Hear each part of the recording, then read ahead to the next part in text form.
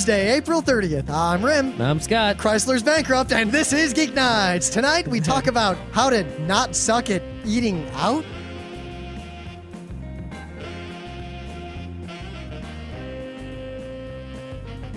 Let's do this. We're back. Oh no.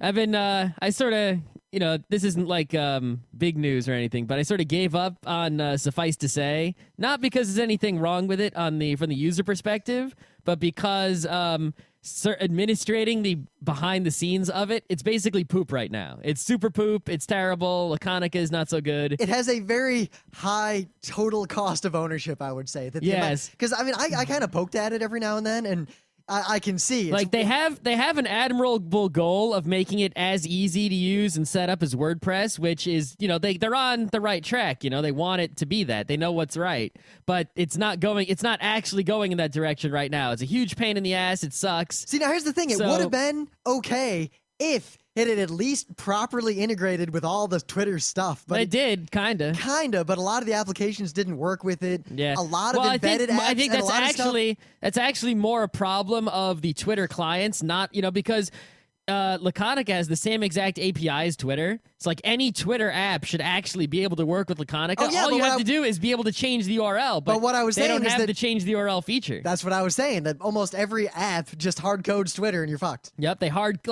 TweetDeck could work perfectly with Laconica, except you can't change the URL from twitter.com to, whatever your Laconica is. So, anyway, it was... Well, I guess a lot of it's open source, so you could. You could. But anyway, it's a huge pain in the ass, right, to run this thing. We should have just taken every open source Twitter app and just forked it to Laconica.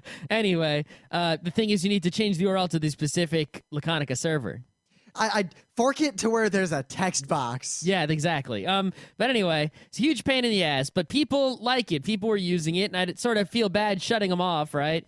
So I'm just going to let it sit there. I'm not touching it ever unless, if it breaks, it's going to stay broken. I'm not going to fix it. If it continues to work, I'm going to let it continue to work. I'm not going to touch it. If it becomes a spam farm, it'll disappear. Well, that's true. But, maybe someday, like maybe Laconica 1.0 will be very nice. And in that case, I will upgrade to it. At this point, I really predict that Twitter just won, and Twitter's going to be there until something else completely takes it over. Yeah. So I just sort of stopped using it, really, and I'm just using Twitter, and it's way better because everyone else is actually using it. And yeah, I'm switching. I have a Twitter account that the only thing in there was stuff automatically sent from Laconica, and that stopped working at some point. I started, and the thing is, I read an article today that was totally true. It's one of those things like, duh. Remember the article that said everyone installs iPhone apps, doesn't use them? Right? This article was like most people who join Twitter stop using it after like 30 days or just they join, but they don't actually use it. Well, think about it. I mean, you hear about it in the news, especially now where all the mainstream media, like in Costa Rica, right? We sat down and tried to watch some Spanish news, and then we'd watch some CNN and all this stuff one night, just to see what was going on in the world. And every news was talking about Twitter. Every news is talking about Twitter. All the newscasters sharing their Twitters. I even saw when I was in Florida on the TV, I think CNN was using Skype to bring someone in for a video interview, and there was a Skype logo on the screen. So it's like, really? It's like, whoa, the TV news is doing the same shit I do. Why are they on TV? I should be on TV. I'm doing the same exact thing as they are. No, but, and then just... Well, plus, Twitter is not that useful unless you're one of the people who is either going to use it for what it's good at or come up with a new way to use it. Most people will use it for the novelty, and they'll basically just be doing what that College Humor video did. It's sort of the same problem that I had when I would, with Facebook and things. It's that if you just log into it, right, if you make an account, if you don't actually use it, like you have to actually put in some effort. You have to go out and follow some people or friend some people, and you have to, type in some stuff. You actually have to put some work into it to sort of, crank the flywheel and get it going. And if you don't do that, you just look at it and try to figure it out, but you don't actually put in the work, to get it going. you're just gonna go, what the fuck is this, and stop and not even and just ignore it. Well, I think a lot of people just don't have, someone who's not super into the internet and technology. It doesn't give you instant gratification. Is going to hear about it, think it's cool, think it's like Facebook. They'll get on it and they'll start typing into it and they'll just type stuff for a while, but they probably won't figure out to follow anyone or even have anyone to follow, and then they'll give up. Yeah, I mean, Twitter sort of is helping itself now. It's like when you make an account, it sort of like tells you some interesting people to follow and sort of helps you automatically follow some famous people and stuff like that, but whatever. So, but yeah, anyway, I was on the tweets and somebody, I messaged, hey, what, show schedule should we return to? We'll probably do a Thursday tomorrow. And people were real excited about a Thursday tomorrow. So here it is. So tomorrow became today, and exactly. We didn't know what to do the show on until about 5 minutes ago. That's fine. In fact, until about 5 minutes and 26 seconds ago. That's all right. Yeah. But we're not talking about Twitter. Don't worry. Nope. And, we've been away from the show for a while, so we've built up quite a queue of things to discuss. Yes, we hope that we'll refrain from draining the queue in one episode. I will point out for the uninitiated that Scott was in Florida for much of last week. Well, we got me in Florida. We got Emily and I were in Costa Rica, spending a couple days in the Octal Resort. And then the rest of our time in the cloud forest at the Continental Divide. Nope. And also I was job getting, so there was a lot going on. Anyway, you want to go on to like news thing of the day, whatever. I guess, whatever. but at least I can. For a lot of people who I know are waiting for the show on Costa Rica, Emily and I are going to record that probably this weekend, maybe Monday. You'll get it at some point. I also I took like 500 pictures, maybe a quarter of them are worth looking at. Yeah, just dump them all into Flickr and then delete the ones that are duplicates and blurry. I can say one thing. I learned a lot about SLR cameras. Uh-huh. Yeah. All righty. I kind of like SLR cameras. Yeah, I like it too, but it's sort of like Twitter. You got to put some effort into it before you get anything out. Thing is, you'd be amazed how how much you can learn from reading 5 minutes of a fact that says, this is what this does and this is what this does. Yeah. I mean, I'm still like trying to get more out of my digital camera because I've seen some... my regular non-SLR digital camera. Because, I see other people, like, take amazing pictures with these freaking cameras. It's like the point and shoot things. It's like, I have one of those. I have a pretty good one of those. Why doesn't my picture look like that? So I've been playing around with it a lot more, and I think I've been taking better pictures with it. Well, I was looking at the kinds of pictures people take with my camera, and I'm pretty much doing the best I can do. Yeah, that's good. With my 2 megapixels. So, yeah, time to move up from 2 megapixels. I mean, the iPhone... I think it almost has 2 megapixels. I don't even know. Remember, we're at the point where megapixels matter a lot less than what kind of stuff is on the back end and the lenses. The iPhone's major problem is it doesn't have autofocus. Yeah, well, it also doesn't really have lenses. You can go and get lenses for it. Yeah, I've seen pictures of those, and those just that's a side talking right there. It is a side talking. So news that isn't the bird flu. We're gonna talk about that on Monday, probably. All right. Well, this is sort of a Monday news. Well, so, but it's not bird flu or swine flu or swine flu. Or dog flu. We have our internet service from Cablevision, right? And they give you Optimum Voice, Optimum TV, and Optimum Online. Well, you gotta pay for it, right? Yeah. But, it's the way their plan is a pretty simple plan, right? It's that if you get all 3 services, the triple play, they're $30 each for a total of $90, right? If you get just one service, it's $50. So the internet is $50, the voice is $50, the TV is $50, but then, you got HBOs and all sorts of packages going on there, but that's typical. They're coming out, they're rolling it out real soon, like next month-ish in certain places. Optimum Ultra. You know what Optimum Ultra is? Well, I do, because you already told me and I already read about it, but you can break the news. For $99.99, which is $100. $99.99. They will give you Optimum Online internet connection. What is this, an ad? Right? I don't know what the upload speed is. The download speed is 101 megabits per second. Now, there are many questions about this, as in... What can we expect from the upstream providers? Yeah, but I'm sure. Our upstream is like 2, right? So, and our downstream is over 10. It's like 14. So, the upstream of about 10 will keep it to the same ratio. Now, here's the question: is this always going to be unmetered?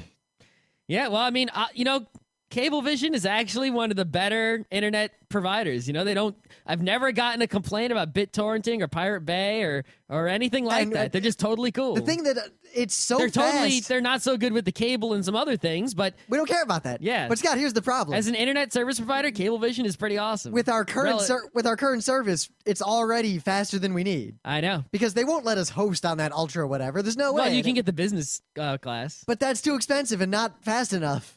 Well, you can get the business class with the Ultra. Even so, it's not going to be enough. Yeah. The thing is, I mean, 101 is so fast. First of all, you pretty much need gigabit to, if you actually are getting 100 from the outside. For the outside, you need a gigabit inside, or else it's just not going to happen. Well, no, because if you're fully switched, it won't really matter. Well, remember, there's no collisions on a fully switched FTX network. No, but 101 megabits per second is greater than a 100 network. You're going to lose that 1 megabit per second. Yes. Yes, you are. Oh, no. I'm paying $99 a month. That's $1,200 a year. I want that 1 megabit. You're not going to be able to use it. And if you have a good switch and you have 2 computers connecting and you set it up right, you can still use that 101 with a 100 base network. Oh, man. But yeah, that's stupid fast. Think about how fast you could download, like, a movie, like a full HD movie, like blip.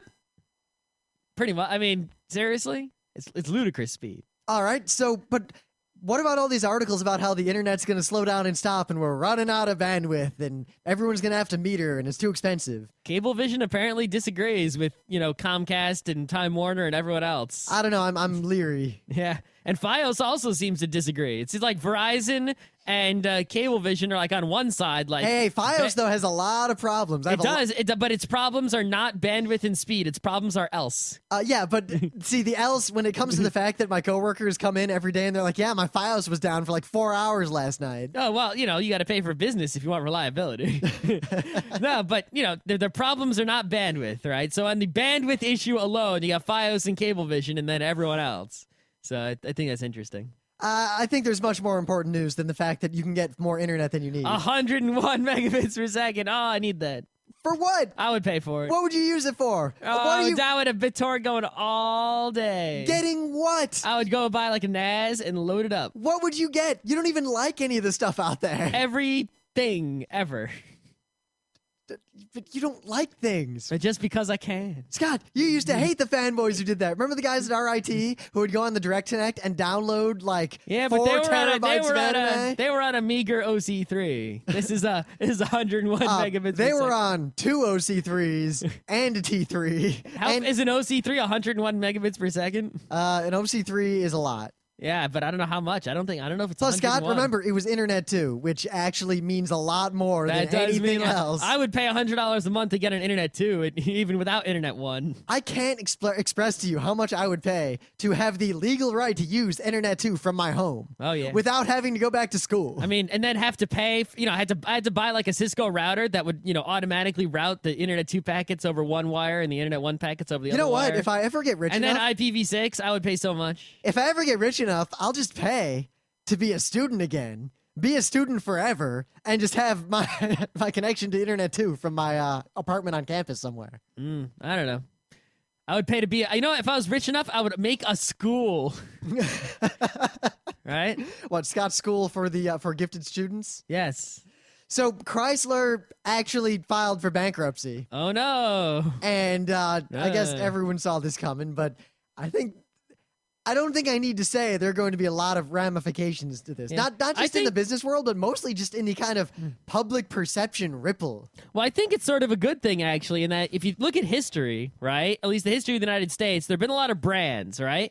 And there are a lot of brands that were old and don't exist anymore. I mean, there was like, there used to be cars from brands like Tucker or Studebaker, right? And, we used to have like, I don't know. Lots of stuff doesn't exist. I don't know. Does RCA still exist? Yes. Really? Yes. I don't know. But there's lots of brands that don't exist anymore. But for a while now, in recent history, right, very few brands have died. I think the last brand I can remember dying, at least major one, was like MCI. Can you remember one more recent than that? You know what, actually? I still call MCI all the time. Really? Because we have a lot of MCI circuits. Really? Yeah. I thought they were dead, though. They are dead. Oh, okay. But yeah, it's like I think that we do need to have sort of a a reminder, I think it would have a good psychological helping to society if we realize that these brands aren't like permanent But things. Scott, the brands basically are permanent because bankruptcy doesn't mean Chrysler disappears. Bankruptcy means Chrysler doesn't have to pay a lot of its debts and will reappear. I know, but it's still it's just to show that these things are vulnerable. People think of these things as like like unmoving rocks, like things that are always there. They don't even think about them moving. To know that these things can move and change and aren't like 100% stable, I think is helpful. Well, see, no, I think we need a much more fundamental change, and my fear is that if only Chrysler goes down like this, and Ford's probably going to pull through, and all this stuff's going on, I feel like we're not going to change the fundamental problem that why do we make an incrementally better car every year and then have this whole, like, there's such a drive to get people to constantly buy new cars when now my 98 Sunfire is going pretty strong. Yeah, I mean, people are talking a lot about this, is that there are sort of like these rules of society that, and we sort of treat them like they're laws of physics. We don't even think about changing them because they've become so ingrained. But really, we can, there are things like you don't even question, like, why do you have, like one model of every type of class of car for every brand? Why do you make a new model every single year? Why do you do it this way? You can do it differently. There's no law saying you have to do it that way.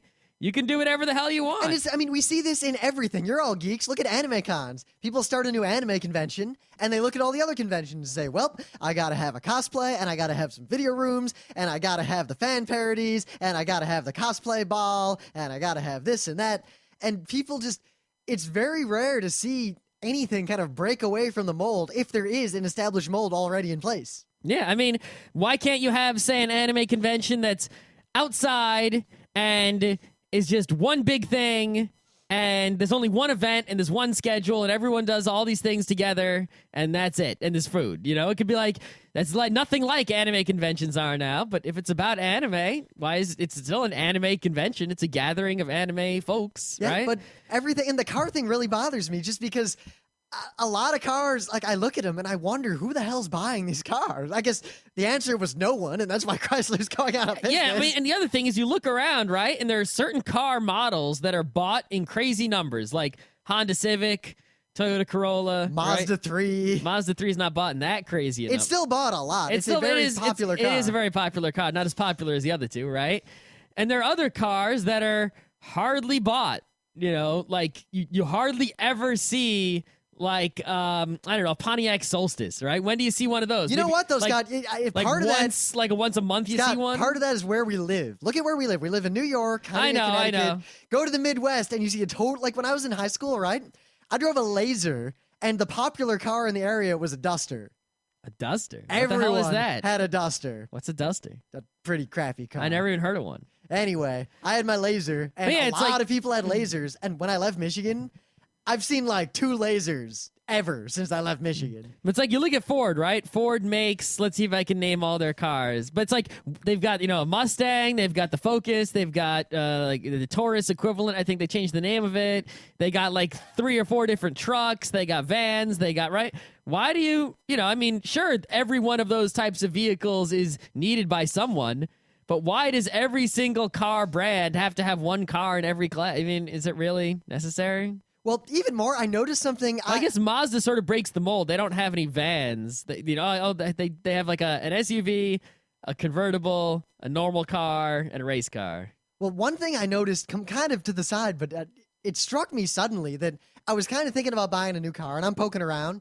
And when I was a kid, I knew every make and model of car, and I knew who made what. Like, I knew it all. Like, every single car that was a production car. I know a bunch, but I don't know all. But I used to know all. And I realized the reason I did was because I watched TV, and, I listened to the radio and everything, and there's a lot of car commercials. commercials. Advertising seems to be the primary advertising. There are more car ads than everything else. Absolutely. And you'd always, the Ford, like a rock. Yep. Cars, all that stuff. Soft drinks, banks. That's like the big ads. And they just, like, Ford Focus just sounded right. But it only sounded right because I heard Ford Focus in the background from these commercials forever. Mm-hmm. So now, I haven't watched TV in like 7 years, really.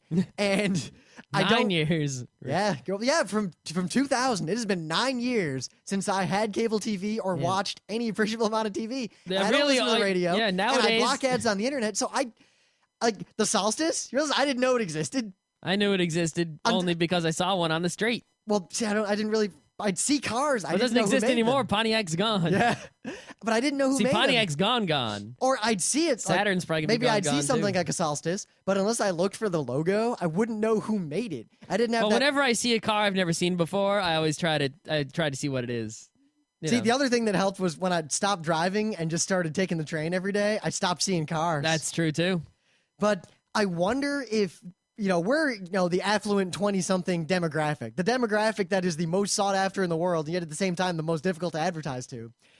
I think our demographic more and more is disconnected from advertising and isn't affected by car advertising as much. And as a result, probably, at least in theory, spend a little bit more time researching because we don't know when we buy cars. And we'll probably gravitate toward cars that our friends have bought or that, I don't know, we found online on some blog or something. Yeah, I mean, like 2 of our friends bought Honda Fits. Yeah, I didn't It's know like- the Honda Fit existed until... I knew it existed, and I probably would have bought it if it was available, when I bought my car, which it wasn't. Yeah, see, I didn't know wasn't it out yet. until he drove up with this car, and I'm like, what kind of car is this? He's like, a Honda Fit. And I look online, and it's a pretty damn good car. It's pretty good. Yeah, It's very nice. and Honda's doing okay. Yeah. But yeah, I think that, why do we need, I'm all for, individuality, customization, right? Personalization, I bought custom sunglasses, a custom messenger bag, custom everything, right? But is it really necessary with something as big and as expensive as cars to have so many different ones, especially when many of them are so unpopular or so rarely used? Well, it doesn't help that cars themselves are not terribly customizable, yeah. partly due to Well, manufacturing. they are if you're a racer. I don't care. That's not custom. That's something special. Yeah. Well, Scion tried to do that, the shtick where they were trying to market their cars as being customizable to racers. Yeah, but how did that go? Some people are buying them. Nah. I kind of wonder what's going to happen to my home state of Michigan because things are not going well in Michigan. It's going to be an awesome airsoft paintball arena. No, because if you're in downtown Detroit in like some factory, abandoned factory playing airsoft, odds are someone with a real gun is going to want to join in on the fun.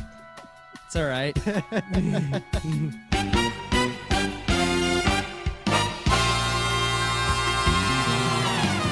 But anyway, things of the day. Let's get this going. All So right. I have a dream that the MLK estate is going to stop trying to sue people who do things with Martin Luther King's speeches and images. And I'm pretty sure that this is fair use. And if it isn't, it should be. But I like this, so it's my thing of the day. There was this thing on College Humor of Churchill giving his speeches run through the Britney Spears filter, which is basically it's pretty easy to take a mediocre singer and run pitch shifting to make them sound like a really good Yeah, singer. well, don't you have to tell the shifter what the song is? To a degree. There's different ways to do It doesn't just work for any singing. You have to tell it what the notes are. Well, and not then necessarily. It depends on what you're trying to do. One way to do it is to give it a key and all the key changes. So what key it's in at a given time, and then you just sing as close as you can, and it'll match you to what note you probably should be singing. all right. And there are all different ways to do it. It's really complex, interesting, cool software. You can do it live, you can do it after the fact, but someone did a mediocre job with Churchill, and it was pretty good. Someone then did a pretty awesome job with Martin Luther King Jr.'s I Have a Dream speech. Mm-hmm. They kind of made this techno-y remix music video thing that honestly is kind of inspiring and is kind of touching to watch. Yeah, it's pretty good. I highly recommend you watch it, and maybe someday we'll talk more about that sort of software because I think it's neat. Or the Martin Luther King estate being. Yeah, I've talked about them before, so I don't want to belabor the point. But All right. when was the last time we had someone in the U.S. who was as memorable and important as Martin Luther King Jr.?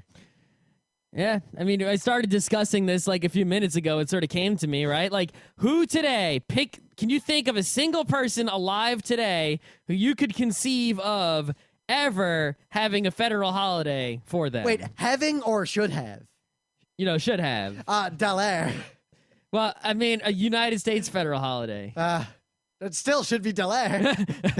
You know what I'm saying? Like, they're who alive? I mean, like, even Obama, who is historically significant, should there really be Maybe. a Barack Obama Day? We have to wait. Not really. He needs more time. He's only been president like 100 days. Yeah, but I mean, not really. Probably not, right? So, you know, who alive then should ever have a federal holiday for them? There's no one like that. People like that, I think, don't exist anymore.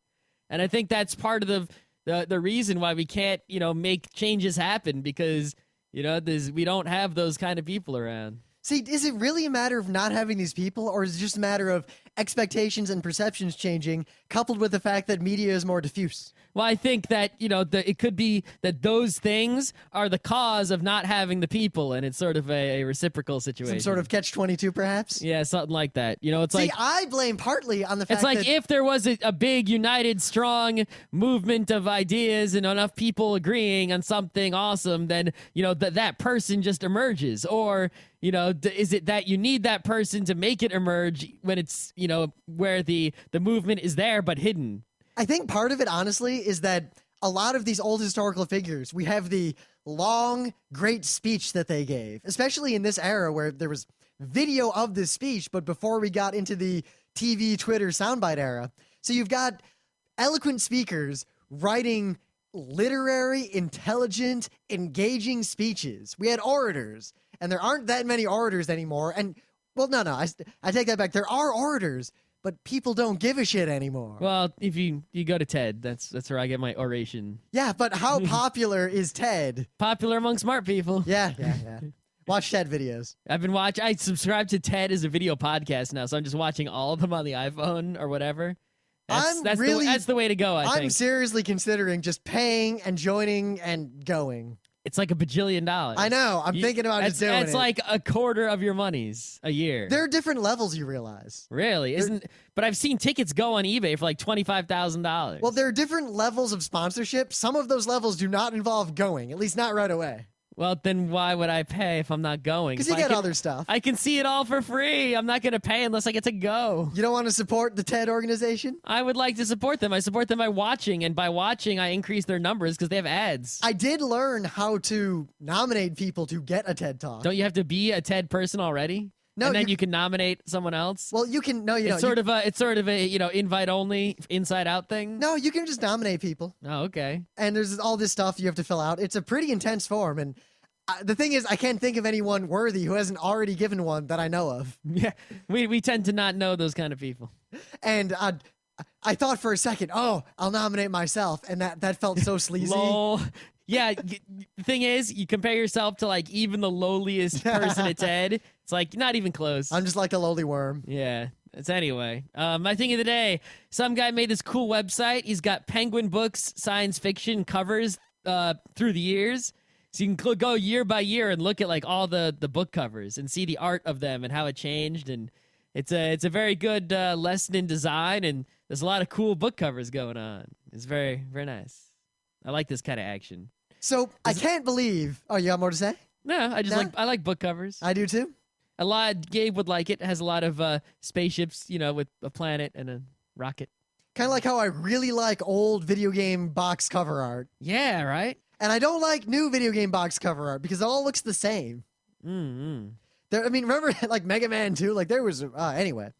So people have been asking us to do How to Not Suck episodes again. And independently of that, people have suggested that we do food episodes again. I don't know what you people, what How it to is not with suck you at and food. eating. Chew your food. Swallow. Use the utensils properly. Don't eat too much. Don't eat too much. Eat mostly plants and grain, which are plants. Yes. A little bit of meat. Yep. Not so much trans fat. Zero trans fat. But specifically, You can eat sugar though. Yum. someone suggested to do a show on how to not suck at eating out. And I was intrigued by this because I didn't think people had trouble. But no, the thing is, you didn't think people had trouble, but then I think... No, I have proof that people have trouble. Yeah, I actually Scott, think about my experiences, and I realize a lot of people who aren't me have trouble. You want absolute proof that people have difficulty eating out properly? drive by a Cracker Barrel. There are people in that parking lot. There are indeed. cars parked there. A lot of them. Well, I'll qualify that. There are cars parked there after 11:30 a.m. Cracker Barrel. All right. So rule number 1, don't go to fast food unless you have no choice. Yeah. I mean, a lot of people out there, you might love you some McDonald's, but you're basically just poisoning yourself to death. I mean, it's as bad as, smoking. So just don't eat there ever.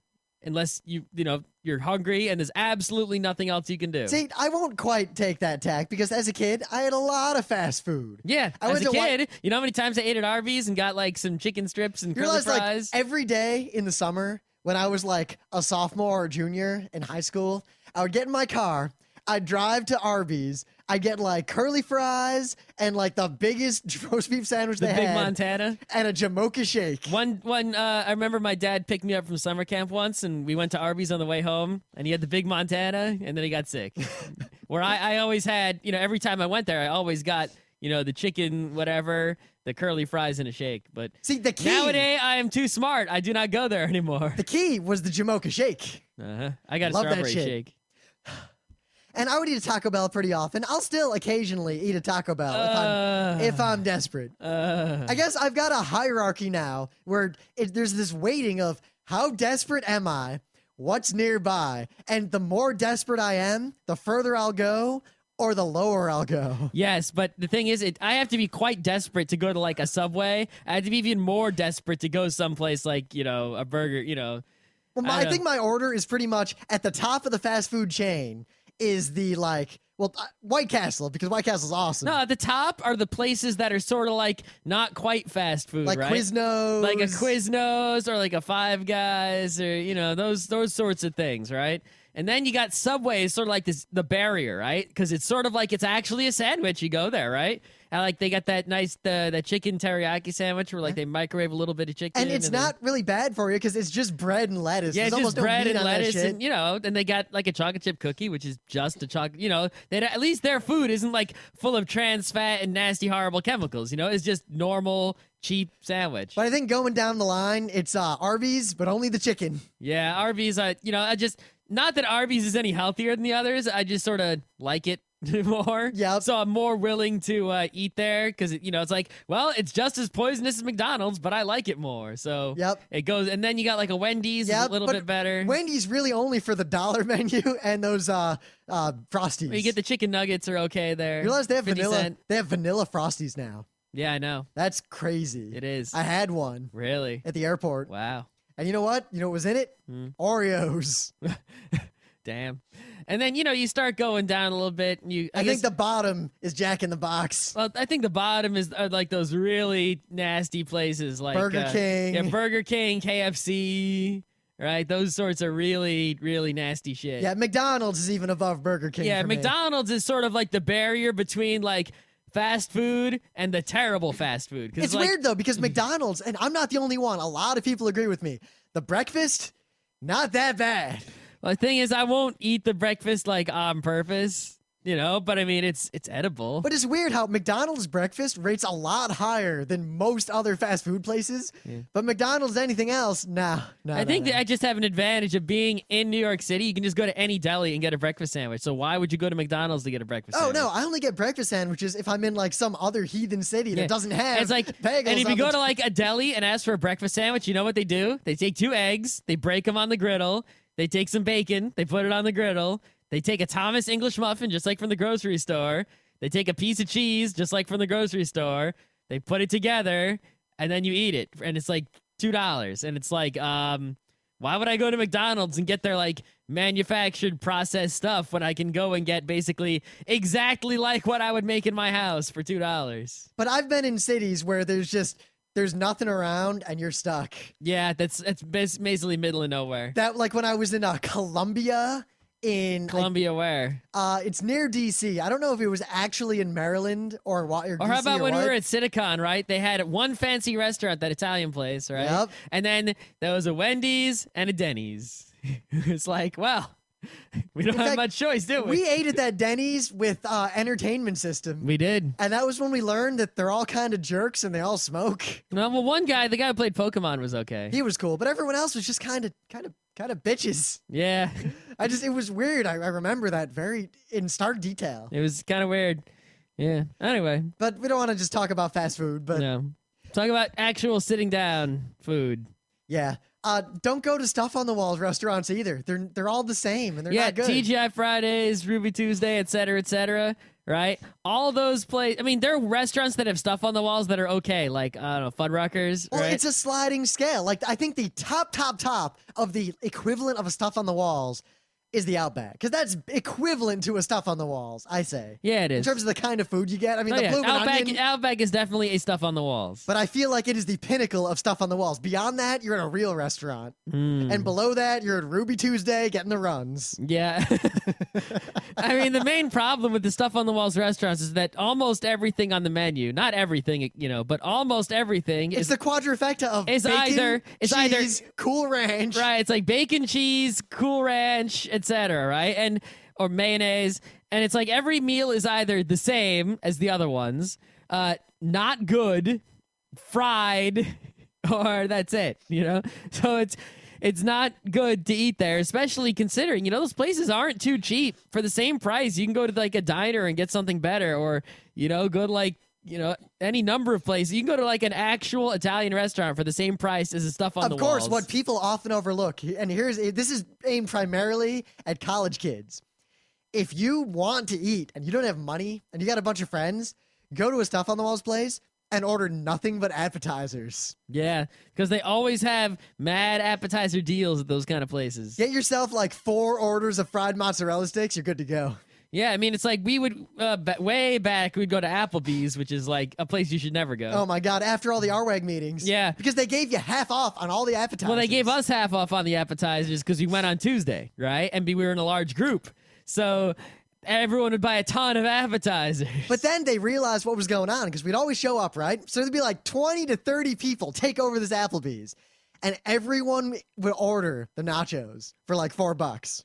And the nachos cost them probably more than $4 to make because I remember after a couple months of this, there was a little thing on the menu saying, does not apply to nachos. Yeah, but even so, you get like cheesesteaks and all sorts of, fried, like a fried platter, all kinds of stuff. Anyway. Of course, remember the Applebee's because we'll have to come back to the Applebee's because the Applebee's taught me a very important lesson. Oh, yes, that is the most important lesson I think we have. It's the most important thing we have to teach tonight. But we'll come back to that at the end. Just remember Applebee's. We will return. But no, we're talking now about real fucking restaurants. As in a restaurant that has a name and that name is not anywhere else. Yeah.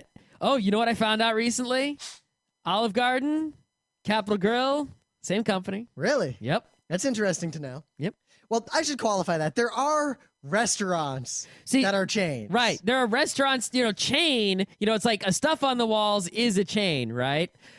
But there are chains that are not stuff on the walls. Case in point, the Capitol Grill. Right. The Capitol Grill is an actual, very fancy, high-class steakhouse, but it's also a chain. They're in many cities. Yes, Capitol Grill is basically a New York City-style steakhouse, but they're in other cities. So if you don't live in New York City, you can go to a Capitol Grill and you'll find out what a New York City steakhouse is like. Yeah, I mean, there's one in New York, but there's one in Baltimore. I'm sure there's one in California somewhere. Yeah, and I gotta go to the website. They list all of them. I gotta tell you, we tricked a vendor into buying us lunch there one day.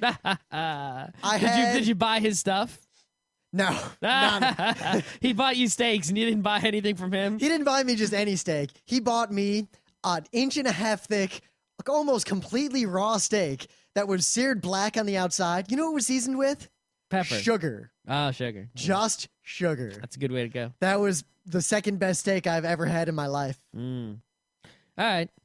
So, step 1 when going to a real restaurant, deciding which real restaurant to go to. This is impossible in the front row crew.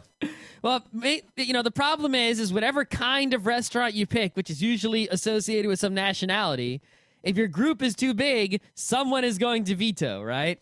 So what you really basically have to do is if someone else is vetoing, you're basically going to have to sort of screw someone, And if they can't deal with that, then, just get rid of them. Tell them to save the drama for someone else. Well, right? really, the simplest way about this is you should be able to eat. And you know what? That's what I was just about to say. No, wait. I'm going to go one step further.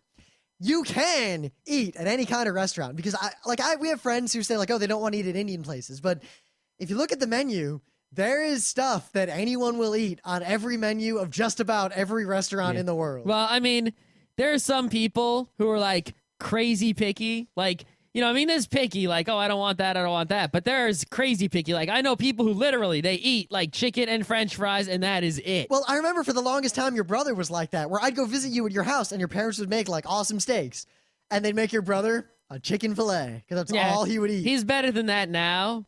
But I mean, there are people I know who exist that are like that and are older than us, like 30 or 40 something. Not in the front row crew, though. No, not the front row crew. But, so you think about yourself. You should be able to eat at any restaurant, no matter what restaurant is picked. You might not be in the mood. It might not be the best, but if you're hungry, there will be something there for you to eat. And you have to be, you have to be able to accept that and be willing to go anywhere. You can have a preference, but you should never sort of have to, completely object, I mean, like, I never want to go to the Indian restaurant, but when we go, I go, and I eat something. It doesn't kill me. I think the mango lassi is the main reason you go. Well, the mango lassi is excellent, but, there are places I would rather go, but I go anyway.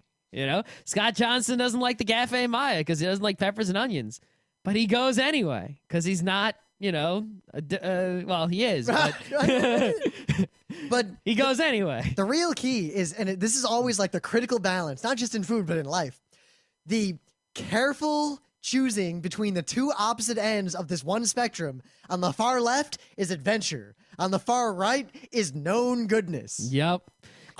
You're obviously never going to go to a restaurant that you know is bad, right? We're assuming that right off the bat. So there's restaurants you are familiar with that are good, which means you'll go to them, or restaurants that are unknown. No one has been there. And the strategy is, if you've never been to a restaurant, go with only a few people, like maybe one or two, because you want to go with more than one so you can try multiple dishes. But you don't want to go too many because if it sucks, you're wasting a lot of money. Now, there. Granted, this really only applies if you've got a crew. I mean, if the front row crew is together and we're going to a restaurant, that is between 10 and 25 people at any given time. That's a lot of people. So if we take 20 people to a restaurant that no one's been to before and it sucks, 20 people got screwed. That's right. So we'll send scouts ahead. Like Emily and I will go try our restaurant and we'll come back and be like, that place sucked. We're not going there. Ever again. Yeah. So you got to test with a few people, but if it's known goodness, it's known goodness. Right? Yes. Now, if you got to kind of in your local area build up the list of standbys. You've got to have like 5 or 6 restaurants that are the standbys that you can always go to no matter what. Yep. And then you have the few special places. You have to places. keep the hours of the restaurants in mind. Quite often, if you don't know what the hours are, it might be like 9 o'clock, and you're like, hey, let's go to the something. You forget that it's lunch only. You're like, oh, crap. Yep, and then it's diner time. Yep. It's no good.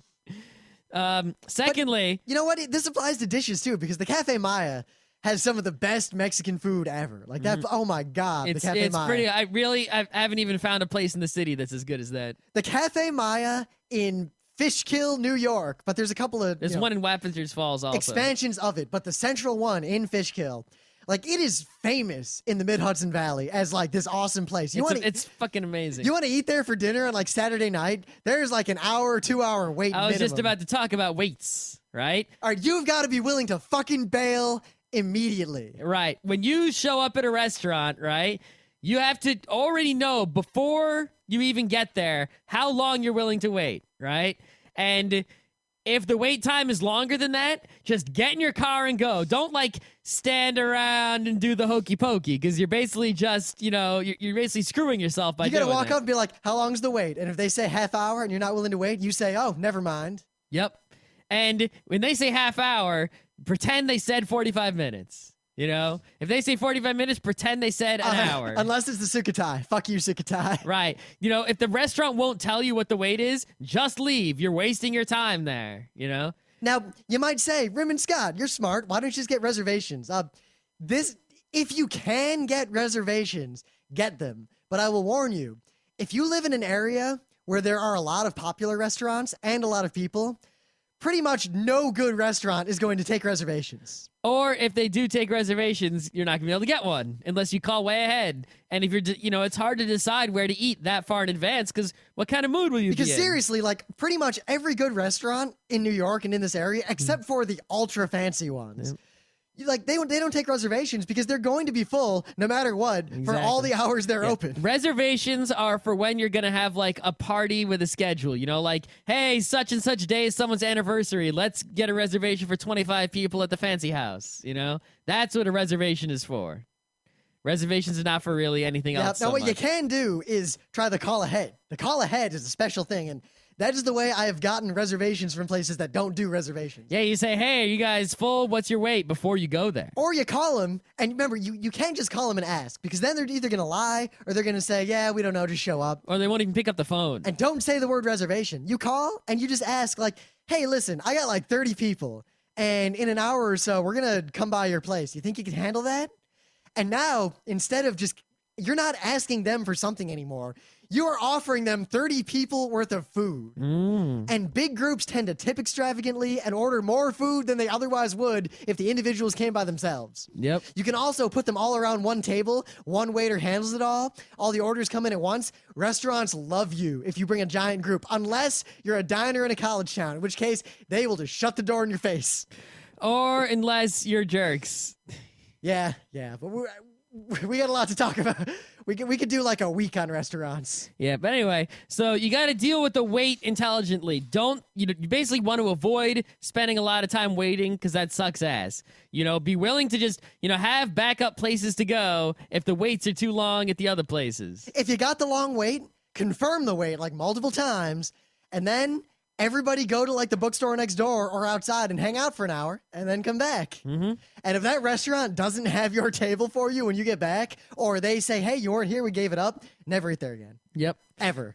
All right. So when ordering, just order food. I don't know, order. And don't be afraid. Like my mom doesn't talk to waiters, Don't be my mom. You have to talk to the waiter, order, speak up, say something. If you didn't hear what the special was, just ask again, because every time the waiter comes, they say the 4 specials, they leave. A few minutes later, someone in our group will be like, hey, what was in that fish special? Yeah. And no one remembers. Ask the waiter. Don't just order it. Yeah, I mean, go, if you need some water, people like sort of are afraid to like harass waiters a little bit because they're afraid of spitting in the food. Rule number 1.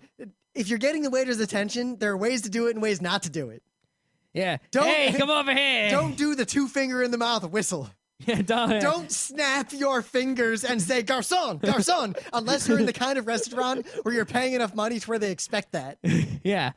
But, if you just talk to them like normal people, they're not going to think you're an ass just because you talk to them a bunch. If you need a napkin, if you need new silverware, if you need, just freaking ask for it. Don't hesitate either, because if you hesitate, you're just going to be sitting there like waiting for another fork because you dropped yours on the floor. You need that fork quickly. Now, too, your food's getting cold. If you need the waiter, but most people do, and everyone does this. Like, I watch people at other tables doing it, and it aggravates me to the point that I almost want to intervene on their behalf. If you want a waiter, just look around, and as soon as you see anyone who works in the restaurant, just watch their face and make eye contact with them. Everyone seems to kind of look in the direction of a waiter, but then if the waiter turns to them, they avoid eye contact and kind of just look like they're waiting for someone, but they don't actually engage. And a lot of people only want to talk to the waiter for their table. Just talk to the first one who comes by, because if you're gonna sometimes, depending on the restaurant, it might be a while before the one for your table comes back. They might be hanging out, they might be doing other tables. Now, this does not apply to fancy restaurants. I mean, if you're at Sparks in New York City, like the steakhouse, there are waiters watching your table for any discomfort, and they appear and fix it. Yep. I dropped my fork. A waiter just put another one on the table before I could reach down and get it. Wow, that's good stuff. It was amazing. Some restaurants, they'll refill the water as soon as it's empty, and others, you got to be like, hey, can I get some water over here? Some places will just bring another bottle of the wine you ordered, uncork it, and just start pouring glasses. That's because they want you to start paying. But at the same time, they're basically pouring money. But at the same their time, own pockets. These are the kind of places where you were going to order it anyway. They just know. Yeah. All right. But seriously, make eye contact, and then as soon as they make eye contact with you, don't break it. Look right at them and nod. Like, come here. Or give, some sort of, signal that is visual and perhaps audible to let them know that you want them to help you out. Don't do the Lewis Black, where the fuck is my food? Yeah. And the thing is, if your food is like, not coming, usually I've never had some, like sometimes you might get worried, like everyone else's food comes and your food doesn't come. You might be worried, like, oh, did they fuck up my order? What's going on? Pretty much anytime I've ever had that worry, someone always comes out and is like, yeah, your food will be ready in whatever, just a minute. And it's like, oh, okay. Now, and it's still if you're still worried about it, just ask. Now, when it comes to... Because if you don't ask quickly enough, everyone else is going to be done eating and you're still going to be eating there. When it comes to bad food, you've really got to weigh the risk-reward ratio here. If you're in a sleazy diner and your clam chowder comes out cold, just don't eat it and don't ask about it. Just give up. That $4 is gone. Just let it be. Just let it be. But if you're at the fancy steakhouse and your steak isn't cooked right and you point this out, they'll just bring another steak. They won't even, don't worry about them spitting in the food. They won't even think to spit in the food. They don't care. Yeah. But basically, the less you're paying for your food, the less you can get away with. I know. It's like, don't and it depends on the kind of complaint, right? Like, let's say you ordered you're at a diner, right? And you ordered a hamburger with no cheese and it comes out with a piece of cheese, right? Tell them that it came out with a piece of cheese and that you ordered no cheese, and they'll come out with another burger with no cheese. It might just be it. the same burger with the cheese scraped off, but that's what you get for a diner. Yeah, that's fine though. That's what you want. But don't turn back your food. If they bring out a burger and you say, this is medium rare, I wanted it medium at the diner, that's not good. Don't do that. Yeah, burgers at diners come out diner rare. Yeah, medium diner. Only complain if they screwed up the actual order. Well, the biggest one, and I see Don't people complain do this. about the food being bad. It really bothers me when I see people do this. And if you order wine, they bring the wine out and they pour a little bit of it for you to check and they give you the cork to look at and they show you the bottle. Mm-hmm. That's all one to prove to you that they're bringing you the actual wine you ordered, because otherwise it's like they don't say anything when they do this. You're expected to sort of know what's going on, the deal. Yeah. Right? But they're not checking to see if you think the wine is good, right? They're checking to see, to prove to you, look, you ordered a 97 blah, blah, blah. I have brought for you a 97 blah, blah, blah. Right, because what could happen is some restaurant could take a bottle that says 97 blah, blah, blah on it and put in Thunderbird, right? And they want to prove to you that it's not Thunderbird. But when they do this, I've seen people get the Thunderbird little is not glass, $30 a glass. and they sniff it, and they sniff the cork, which is silly. If you sniff the cork, you don't know what you're doing. That's right. Look at the cork. Don't sniff the cork. Right, you're looking at the cork to make sure it's not crumbled. It should be in one piece, and that means that the wine is not bad, also, as in turned into vinegar. If the wine waiter uses one of those twisty corkscrews where you twist it in, then you pull the little levers, as opposed to a wine key, don't ask them about the wine they don't know. That's right. They'll use this levery wine key. That means they know. Because at least someone, of course, you might see him twist the wine key in and then start yanking on it. They don't know. That happened at a restaurant near us. The skill of their bottle opening is directly in proportion to their wine knowledge. The best bottle opening I ever got wasn't in the fancy place in New York. It was from this awesome waiter in Costa Rica. Really? This guy how did he open it? He just had perfect, if wine bottle opening were in the Olympics, like all those other synchronized kind of specific movement arts, this guy got a 9.8 out of 10 and maybe a 7 from the Italian judge. Wow. It was perfect. I don't know if anyone will even get that. That's a good one. I don't know if anyone remembers. That's all right. Anyway, but when they pour you that little bit of wine, that is for you to taste it and tell them if the wine spoiled or not. So if you don't like the wine, that's tough shit. If you ordered, a Manischewitz and you don't like how it tastes, you think it's nasty, but it's not bad. It's not turned into vinegar. It is what it is. And it is what it says on the bottle. But you ordered something that it turns out you don't actually like. That's tough shit. That's, you order a cheeseburger and then you find out you don't like cheese. Well, that's your problem. But now the difficulty with wine, of course, is that if you haven't had a lot of wine You have no idea if they're fooling you or not. Because there are some wines out there, some expensive wines, that taste like ass. Yep. But they're supposed to taste like ass. That's what they taste like. It didn't go bad. That's just what it tastes like. That's right. That's why I don't drink that shit. But there's also wine that's really good. That's cheap. Yeah. Simply, if you don't know, don't order either. If you order the cheapest wine, just whatever the cheapest wine and the color that you want is, order that. Do not order the second cheapest wine. The second cheapest wine on almost every menu is crappier than the cheapest wine, and it is there solely for the people who are with a date or with other people, and they want to be impressive and order wine, but they don't know about wine and they're cheap. They don't want to order the cheapest wine because that's obvious. So they order the second cheapest wine. Right. One thing you can definitely do, though, is some restaurants have sort of like these safeties, right? For example, the number one of these is the Macaroni Grill, right? Which is a chain, but it is an excellent Italian restaurant. You know, I guess it's not super excellent, but it's pretty good.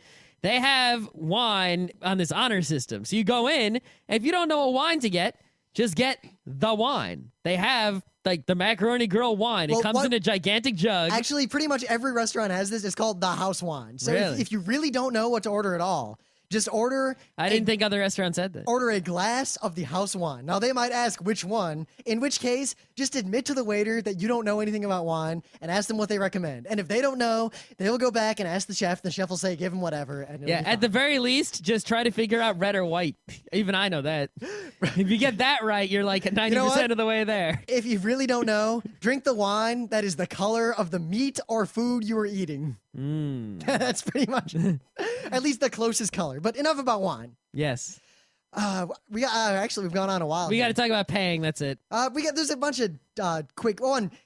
We talked about cutting and running.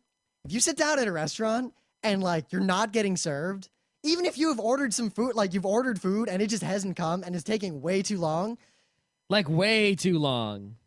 Warn them that you've got to go, and if they can't rectify the situation immediately, you are perfectly within your rights to just say, look, we're leaving and not pay. Yes, you don't have to pay until you have eaten food. If they put food on the table in front of you and it is like, smells like rotten, like, oh my God, disgusting, just get up and leave. As soon as you touch the food, you have to pay. Yeah, if you try to say that the burger was bad and you want a refund and you ate all of it, no. You have to pretty much, if you are going to not pay, as soon as the point where you touch the food, you have to pay. But up until then, don't feel bad about just getting up and leaving until you know, because you should if you have a reason to. Yep, cut and run. Yep. All right, paying. Paying. So, all right, kids, tax applies. It amazes me how many people in my life don't seem to understand that there is tax at restaurants. Pay the tax. Yeah, I mean, like if you order something on the menu, it says $15. It's probably going to be like a good $3-4 tax. It's really $20 you're probably going to have to put down on the table, right? Not 15. So remember, tax exists, especially in like New York. The tax is 8%. That's a lot of money. Yep. Plus, tip 15 to 25%. Add that in. Yeah, well, I mean, tipping is a whole separate issue. We're not going to talk about the merits of tipping. We're only going to talk about the reality. Yeah, we're not going to talk about, when to, when not to, because there are some very few cases where you shouldn't tip at all. Wait, you know what? There are some cases where you should tip a whole bunch. I will give you if you are playing life per game theory and you are perfectly rational and practical and acting only in your own self-interest, here's what you do. If you are never going to go to a restaurant again, or it is a restaurant that will not recognize you, don't tip. If you are going to return to a restaurant enough to where they will recognize you, tip very, very lavishly. And if you do that a few times early on, even if you tip mediocrely forever, they will always bend over backward for you for as long as you go there. They'll bring free drinks, free food, free sushi, free whatever. Yep.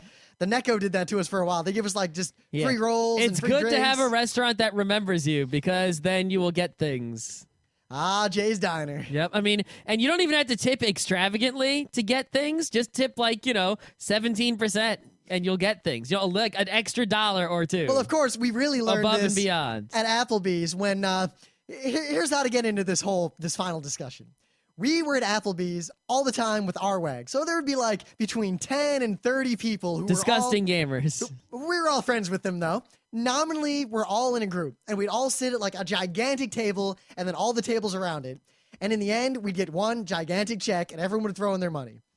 And we all got accustomed to throwing in this certain amount, and it always worked out. And one day, we went to Applebee's, and like no one else went for some reason. So it was just like three or four of us, sitting at a little table, hanging out, doing the same thing we always do in a small group. We all threw in what we normally throw in for the same amount of food. We all ordered the same stuff. We left a 115% tip. And we realized this, and we started calculating what we actually owed for our food, and we discovered that someone was an asshole. We didn't know who. We only knew that it wasn't anyone with us. Yep. And I've realized the crux of this is not so much that people are willfully trying to skip out on paying what they owe. There are people like that, but this was not the case. I don't think I've ever run into anyone where that was the case. I think people legitimately just don't actually calculate how much they owe, and they think they're putting in enough, but they really aren't. Yeah, people don't seem to realize, A, how much the tax actually is, B, how much the tip actually is, C, drinks and appetizers, what they actually cost. Someone will get like, I always get water, right, pretty much, or I'll get a milkshake and occasionally lemonade, and that's about all I'll ever get to drink at a restaurant. And I'll either most get of water the time just like, tap water. Or like wine or a cocktail, something big that I pay for like on my own because it's a lot of money. But like if you get like a glass of wine, it's probably going to be like $5 at least, if not more. But more importantly, sodas, soft drinks, stuff like that. They charge like $2.50. Yeah, and a lot of restaurants we go to, they charge $3, $4. I've seen places charge $5 for a soda. Oftentimes, they're not free refills. Yep. So people sort of, forget like how much those things actually cost. I mean, if I go to a diner, I'll get French toast for $5. Then I'll get water, orange juice, and milk. And the orange juice and milk are $2 each. So it's $9. And people, like they look at like the entree that they order on the menu, and because that's the biggest, most solid price. And then all the other things, they're, a portion of an appetizer, or, that they shared with some people, and like a drink and a refill on it, that those are small, and they don't actually see those, they don't look at the price of the drink on the menu. So it doesn't come into their calculation. So they pay, maybe their entree was 15, so they throw in 18. They owe like 25, and they don't realize it because they weren't, actually calculating. Yep. So one, if you're a smart person, the way to avoid this whole situation, always drink tap water. Well, one, if you want to save money, never order a drink. Just always get water because that's free. And watch out for those restaurants that try to sell you a bottled water. Say tap water. Yep. But they have to give it to you.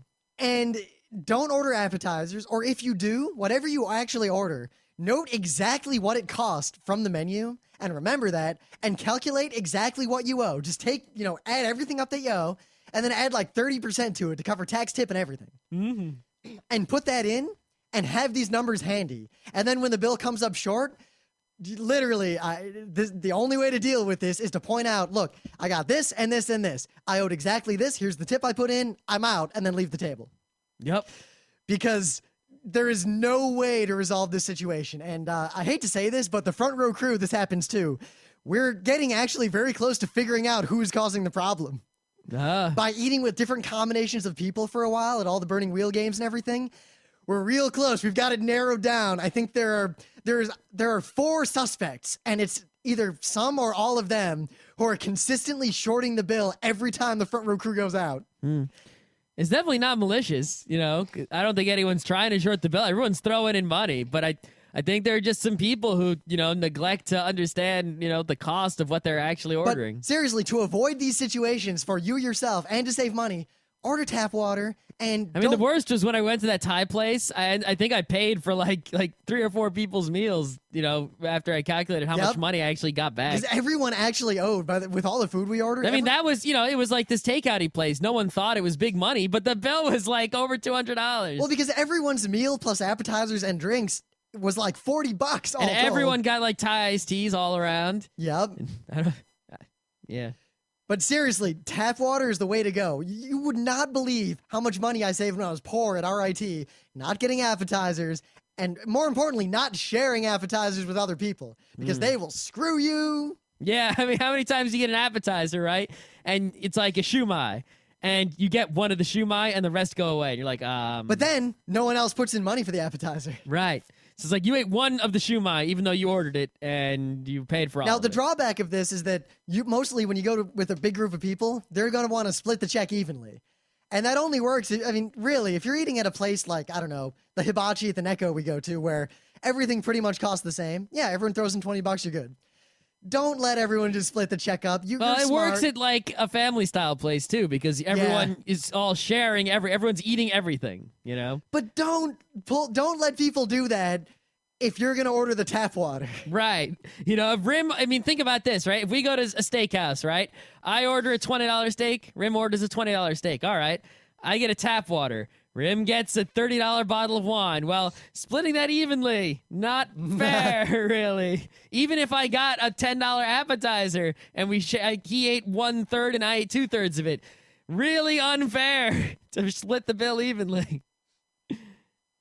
Now, I don't know what to do about the shorting people in the long run, though, in terms of do you confront them or what? Because it's not going to be that long until we, like, kind of mathematically prove who is shorting our bill. Yeah, it's all right. I don't think any of them are going to listen to the show anytime soon, and everyone's coming out this weekend. So if they don't listen, then maybe I can engineer the final test I need to figure out exactly who it is. Maybe what you should do is just go around the table and get the money from the people one at a time.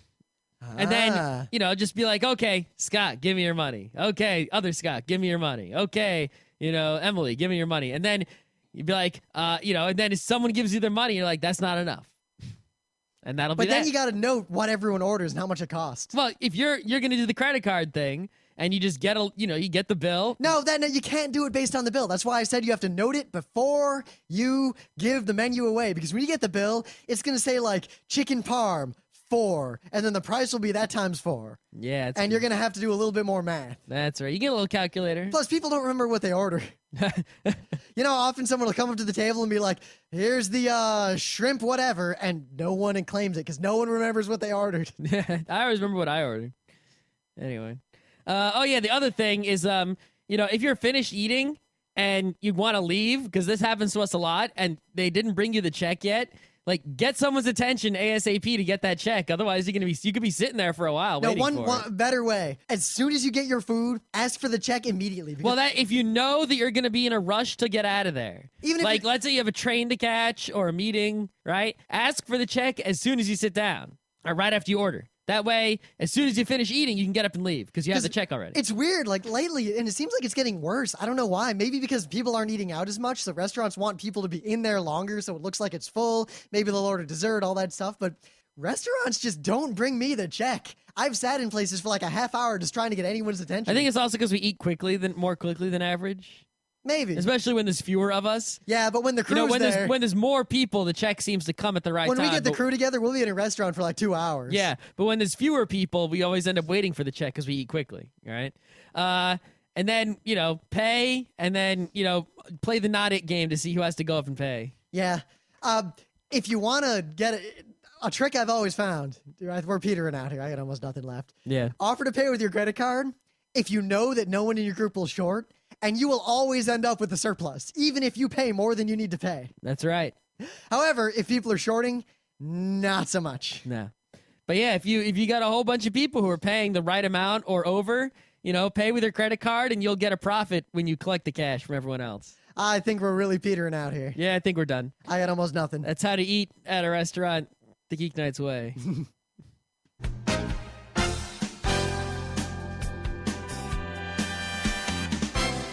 This has been Geeknights with Rim and Scott. Special thanks to DJ Pretzel for the opening music. Be sure to visit our website at www.frontrowcrew.com, where you'll find show notes, links, our awesome forum, a link to our Frapper map, and links to all the RSS feeds. We say feeds plural because Geeknights airs 4 nights a week, covering 4 different brands of geekery. Mondays are science and technology. Tuesdays, we have video games, board games, and RPGs. Wednesdays are anime, manga, comic nights. And Thursdays are the catch-alls for various rants and tomfoolery. You can send us feedback by email to geeknights@frontrowcrew.com. Or you can send audio feedback via audio Just click the link that says Send Me an Audio on the right side of our website. If you like what you hear, you can catch the last 100 episodes in iTunes or in your favorite podcatcher. For the complete archives, visit the website, which has everything.